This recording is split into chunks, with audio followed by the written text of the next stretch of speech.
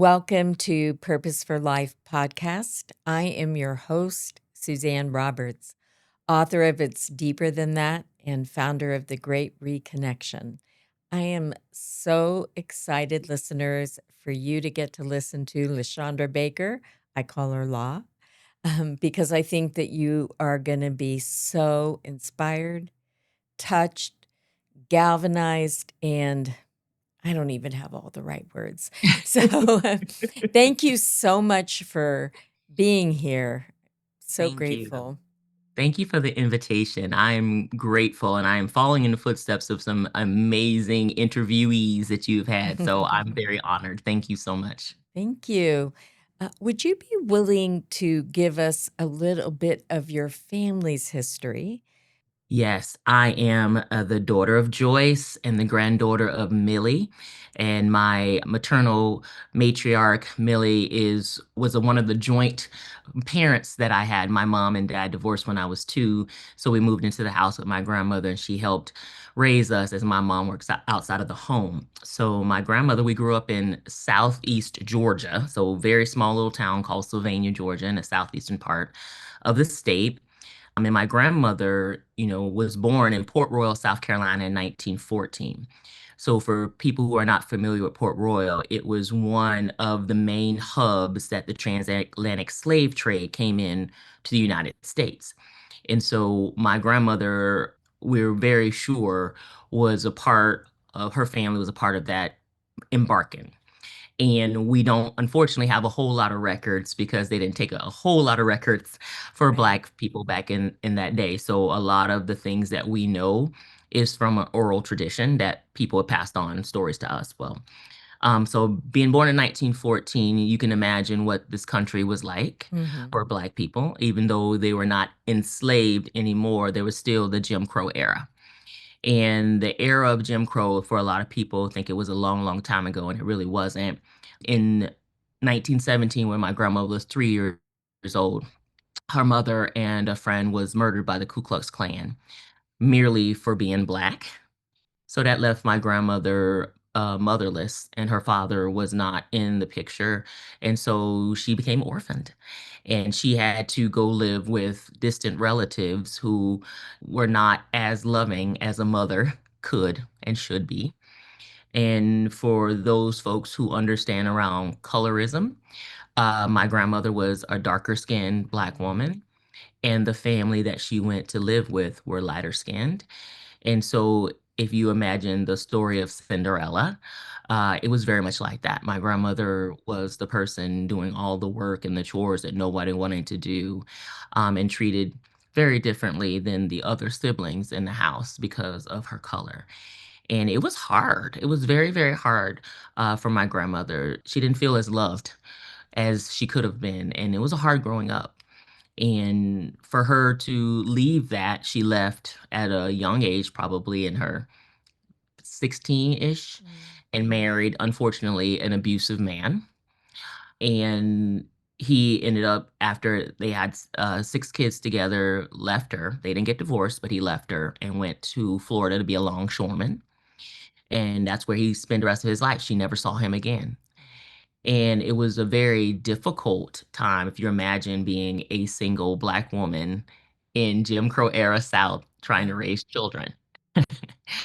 So it was very difficult, and my grandmother only had a education up to the 6th grade because she had to go out and work in cotton fields. And so she was very street smart. I'm telling you, there's no college degree that will make anybody smarter than my grandmother. My grandmother was a very whip smart person. And I learned everything from all that I am as a person, as a leader, as a woman, as a mother from my grandmother. My mother was the first person in our family to actually go to college. And that put us on a trajectory that my sister and I got that privilege to go to college. And then my youngest baby got to go to college while in high school, graduated college before high school, and then graduated with a bachelor's degree, both summa cum laude and now debt free.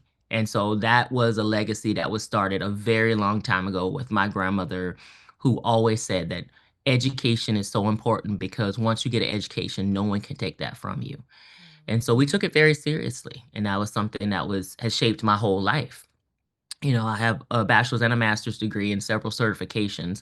I always say one day I will get my PhD, not because I need to prove it to anyone, but because I want to complete that as a part of my grandmother's legacy, Oh, something that I would do in her honor.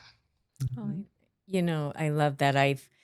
I've heard this story before. It always takes my breath away a little bit, and is it's hard to hear that your great grandmother was killed by the Ku Klux Klan and that your grandmother was orphaned, and I know what a major force she was in your life. And then I look at the pivoting and the trajectory and the resilience and the come up and some all in a short span of time, everything you've become. And I know your child, who is magnificent. Like, just look at all you all have harvested through great hardships and oppression and cruelty. And yet Yeah. look at the beauty and grace and the power. And I just want everyone to drink that in for just a moment here. Really. I always want you to write a book, it's so rich in story, and and it needs to be an oral tradition that we keep hearing these stories and not think that, oh, that was a long time ago. That was Yeah. not a long time ago. It And really, really we're wasn't. living on the heels of it, so, Yeah. and Absolutely. I have seen you in different positions, and I have seen you lead, and I have seen you be a magnificent leader, and not everybody appreciate your leadership, or No. appreciate you as a Black woman leading, So let's talk a little bit about your excellence as a leader, some of the challenges that you've had as a Black woman leader, and then how you ended up going out on your own. I will have to say, when I first started college and even when I first graduated college, I never thought the corporate space was someplace I was going to be. I thought, Mm. oh my gosh, corporate, that's like jail. Oh, I don't want to do that. That's like, a life sentence I don't want. And it's so funny. I felt that way then as a 20-something-year-old. And now as a 52-year-old, I still feel that way. So I'm actually kind of glad that things were exactly how I expected them to be so that I could make my way out. When I got into Wait, corporate, can we just pause for oh, just a second? I love that you just said that, and I want our listeners to hear that. I'm glad I knew so I could find a way to get out. Like, I mean, I think yeah, that's not exactly what you said, but everybody listened to that.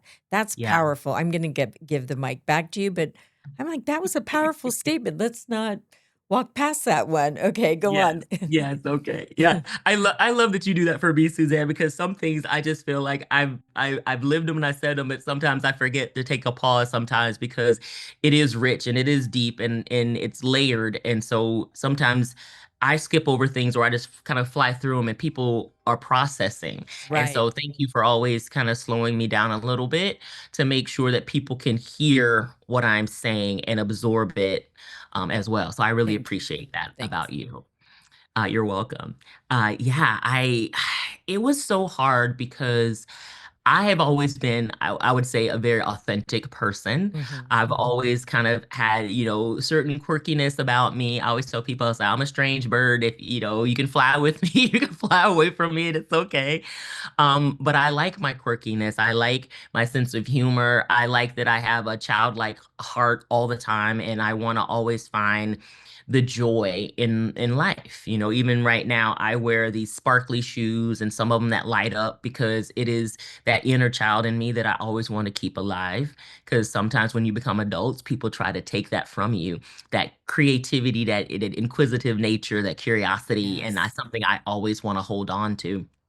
So, being in corporate spaces, I was kind of always told I was too much. My voice was too loud. My demeanor was too ethnic, and ethnic is a nice way of that people would actually say that. They said people couldn't take me seriously because I'm always joking and smiling and all these things. And I'm like, gosh, I'm just being human and just being myself. Why is that so offensive to everybody? But what I was learning is that there was a traditional way that people accepted leadership, and it was from older white men. Mhm. And I could never be an older white man. So I could never lead in that way. I can only lead in my authentic self. And time after time, in position after position, in company after company, I kept being told that wasn't enough, that I was not enough. And so it starts to wear on your psyche, even if you are a confident person, even if you are a self assured person, the more you hear that you're not what people want or need, the more you're passed over for promotions, the more you're overlooked for your contributions, it starts to tear away at you. It starts to tear away at your confidence. It tears away at your spirit. And there's almost a hopelessness that comes with it that you kind of resign yourself to say, well, if this is as far as I'm going to go, this is all I can do here. I don't know that I want to be here. Mhm. And it took me a while to get out of that because I became a mom and I knew I had to take care of my kiddo. And so I had to be reliant on that paycheck even with the what I would consider abuse that Mhm. came from my leaders. And so when my youngest was getting closer to being an adult, I talked to my husband and I said, "I want to bet on myself because the way this Oh. is working is not working." And he is super supportive. He's such an amazing guy. And he says, "I always bet on you too. Let's figure it out. Let's make a plan and let's do it." And so it took me about a year once I said, I'm ready to go. And I talked to a good friend of mine who had been an entrepreneur for 10 years. And I said, what do I need to do to prepare myself to leave in a year? And she gave me some great advice. And we worked the plan. And it was almost a year to the day that I said, I'm done. And I hung up my corporate hat and I will never go back. Well, I was witness to the impact of Hmm. the micro and macroaggressions Yes. that you were getting and the physical, mental, Yes. emotional, and psychic toll it was taking on you while Yes. you were still producing good results that would Right. never ever be enough. It's Right. crazy making because it's not like you weren't producing and you were Correct. getting into higher positions, That's right. but not elevated beyond higher positions to a That's right. higher position that you deserve to have. That's right. And I just watch you take hit after hit after hit Mhm. while you were doing great results. And that was the thing, to move forward, though, I had to keep moving companies. It's like Right. I had an idea that I wanted to be in a company and I wanted to get my foot in the door, show them what I was capable of, and that they would just naturally promote me through the ranks. And I saw them do that to certain people, but they didn't look like me. Let's just be real. They didn't look like me. And so that was always something that was just so disappointing that I had to move to another company to get the higher position. Because when I went to my bosses, they would say, "Oh, you're not ready for that role. I don't see you in that role." Then I go interview in a different company and I'd get the role. So I'm like, so am I not ready? I mean, what's so that was always the challenge to me. It's Yes. like I just had to say, well, I know what I'm capable of. So I need to go find the people who can actually see me. They can actually acknowledge what I bring to the table. And the thing that's so interesting about all of that, Suzanne, is that my coworkers, the people who I worked with in these organizations, they did see my value. The unfortunate part is they didn't have the ability to move me up in the company, Right. but they had the ability to see me and for who I was. So when I actually was ready to step out on my own and start my own business, I had so many coworkers who had moved to other places hire me. Wow, And that so is much of my great. business has been word of mouth and repeat business based on relationships that I've had over the years. So to me, that is the bigger thing that is just so beautiful because those people did acknowledge me. Those people did see me for who I was. And now I've been able to sustain my business for almost 4 years based on work that they've given me or based on work that somebody they spoke to about me has Mhm. given me. Well, one thing I will say for sure is you are freer, Oh, happier, your authentic self with nothing pushing back against you. It's not what exactly. I love though is that you stayed true to who you were, whether you got positive feedback or didn't get positive feedback. You weren't going to deny who you were. That's even though right. you were taking hits for it. Some people will take hits and then they'll conform and they'll not be who they are. You were willing to be who you were no matter what.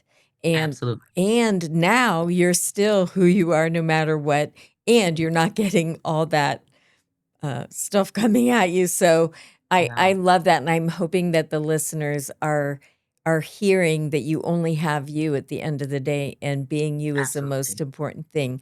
Can you tell people what are you most passionate about within your business? Yes, thank you for asking. I always tell people I am in the people business. I'm about people-centered, heart-centered work. I believe in the dignity of people. I believe in their right to belong wherever they are. If you are invited to the room, you belong there.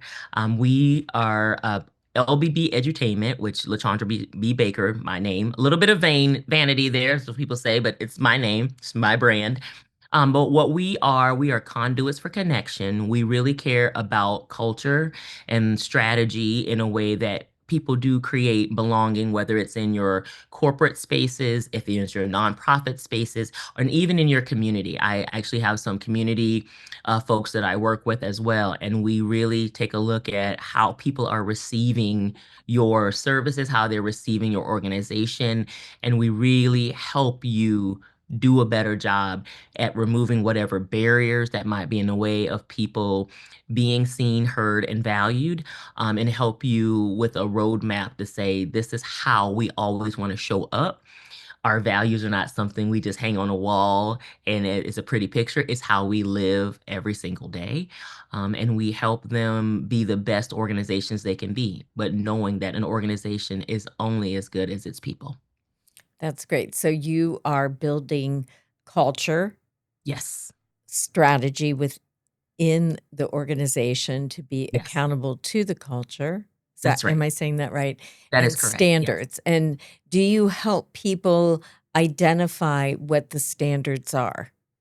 Yes, absolutely. We asked a Okay. lot of questions. So I mean, we will believe honestly the mission, vision, and values. If you're not living by those, what are you in business for? So, and Mm, part of what we talk to people about culture is not just what is written, it's what is lived. What is lived in your organization? Are you coaching people? Are you rewarding people? Are you recognizing people? Are you allowing toxicity to run rampant for the sake of short-term goals versus the long-term play? We mm. always tell people you got to do that mirror and really look at yourself. And then you also have to have what I call like a windshield so you can look ahead. So it's both. It's reflecting who you are and how you're showing up, but also looking ahead to where is it that you're trying to go? And are the people in the room with you the ones that are going to get you there?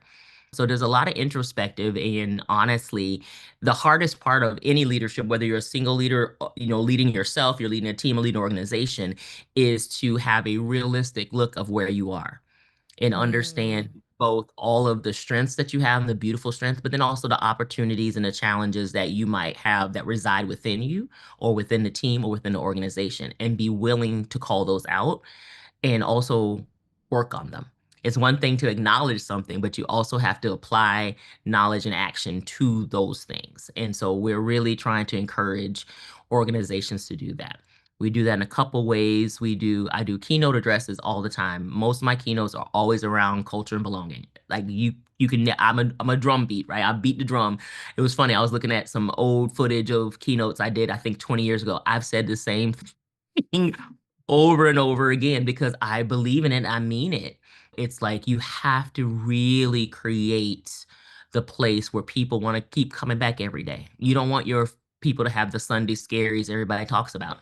You want people to feel energized and excited and to feel like what they are contributing actually matters And that they matter.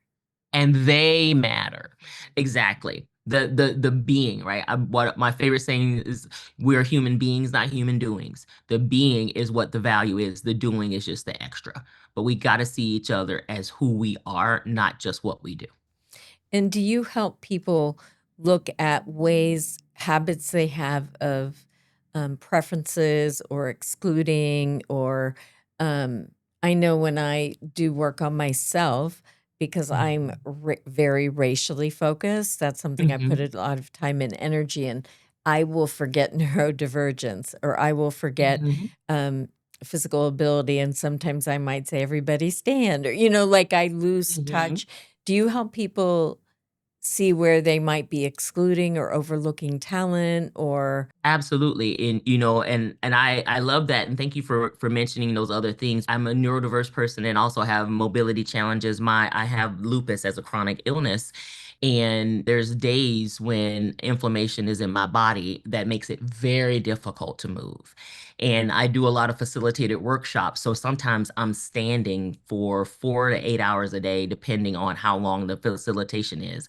And by the time I get home, when I tell you my body settles and it is painful, it is really, really painful. And so that invisible pain is something I've learned how to manage and hide more than just talk about it.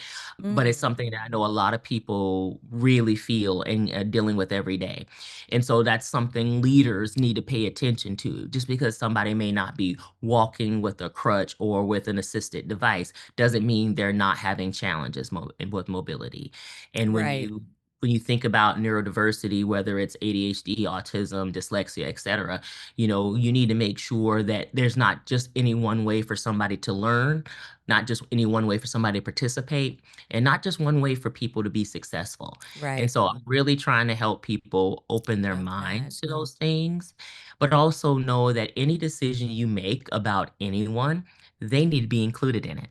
Because people don't want things done to them, they want things done with them. Wait, will you So slow you down want just a little bit because Okay, sorry. I haven't heard, no, you don't have to apologize, but I haven't heard anyone say that before.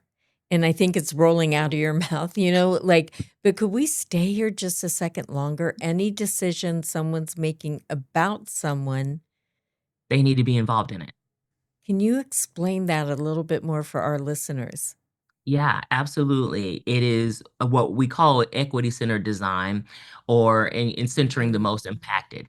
If someone is impacted by a decision that is going to be made, you cannot make that decision without their consent or without their input.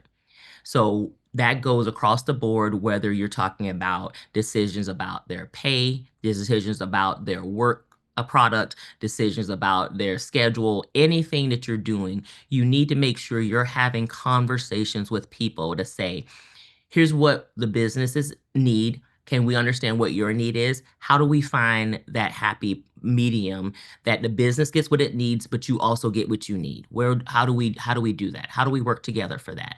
And that's a game changer for organizations. That's a different cultural differentiator. If you are doing that, you are definitely going to have much happier, much more satisfied and engaged employees. They're going to definitely be more productive because they feel like they're really seen and heard in that perspective. And they're going to be open to being more creative and innovative with how they do their work. That's There's times that I interesting. know when I worked with organizations, I had people that I said they were clock drainers because they were like, I don't feel cared for. I don't care about this place. I'm just going to milk the clock, and I'm going to take as long as I need to take for this product, for this service, for whatever. And one of the things I always try to help employees understand is if you're working on a product or service, there's somebody on the other end of that, a client, a customer that needs this product or service. So while you may be quote unquote sticking it to the man, you're also sticking it to the customer, right?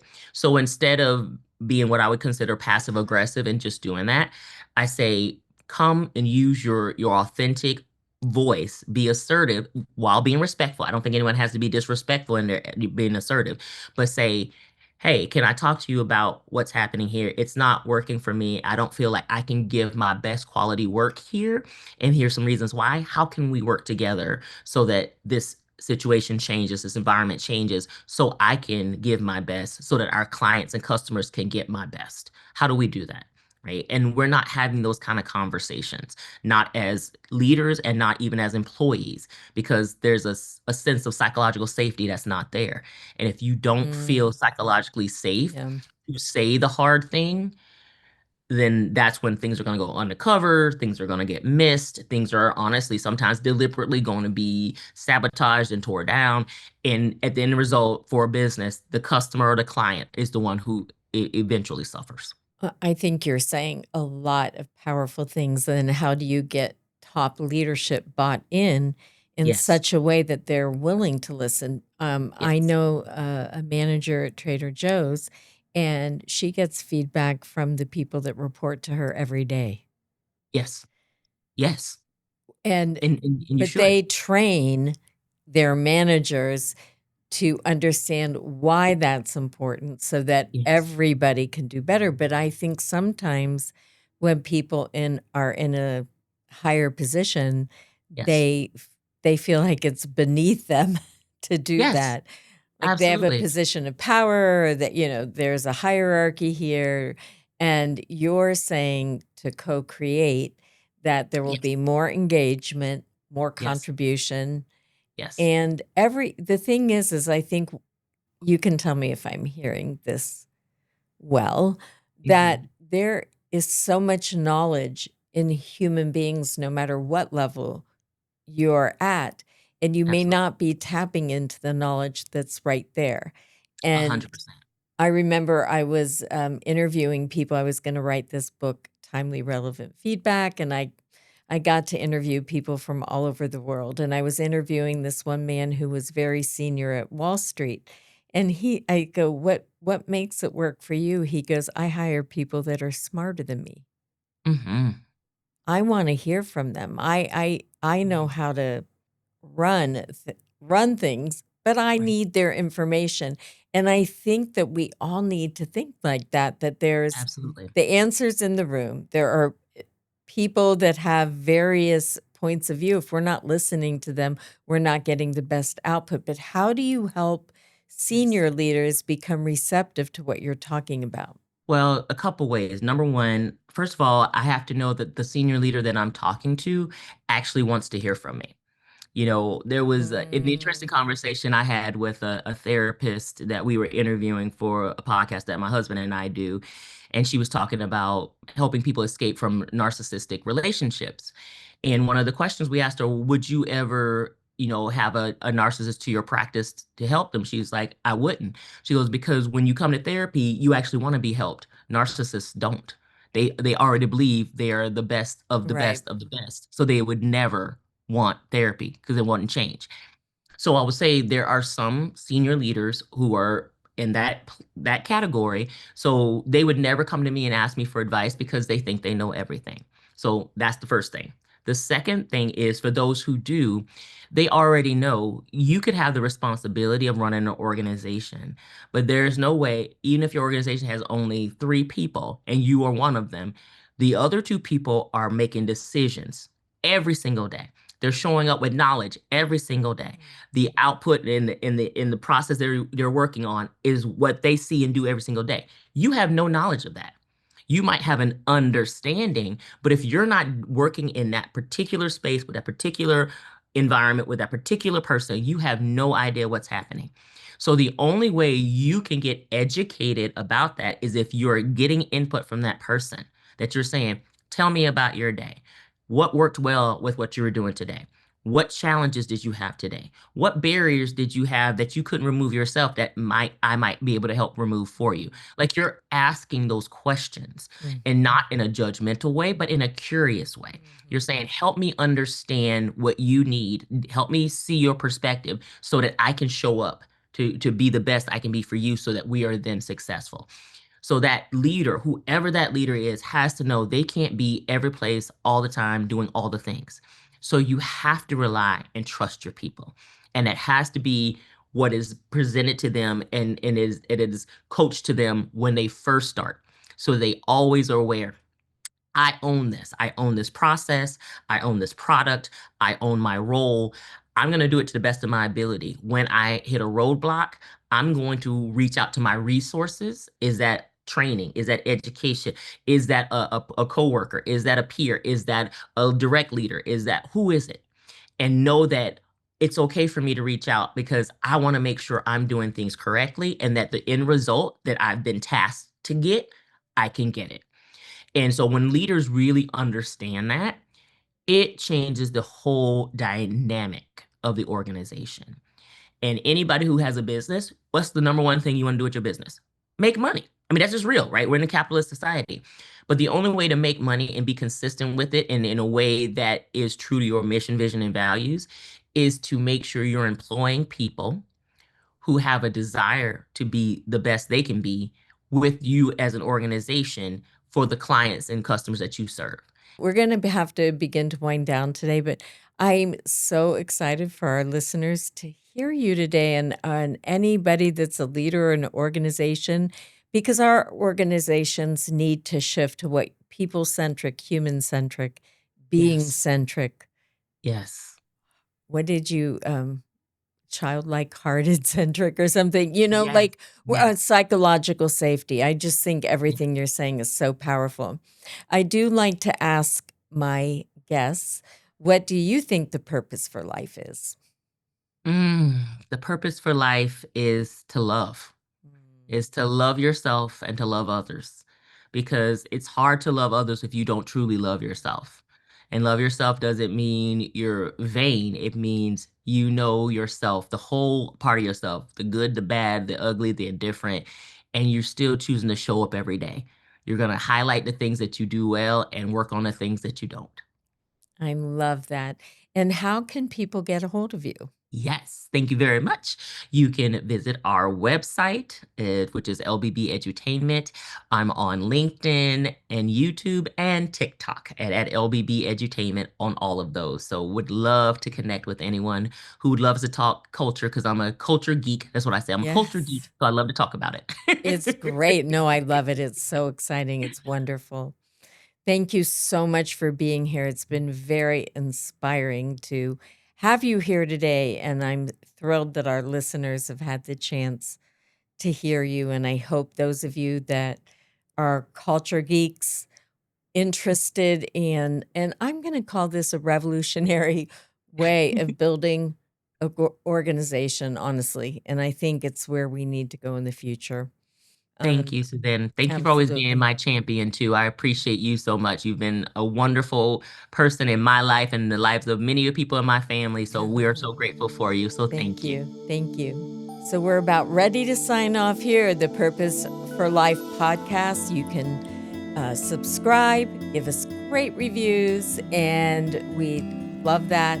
I'm your host, Suzanne Roberts. Thank you for being with us today. I'm the author of It's Deeper Than That and the founder of The Great Reconnection.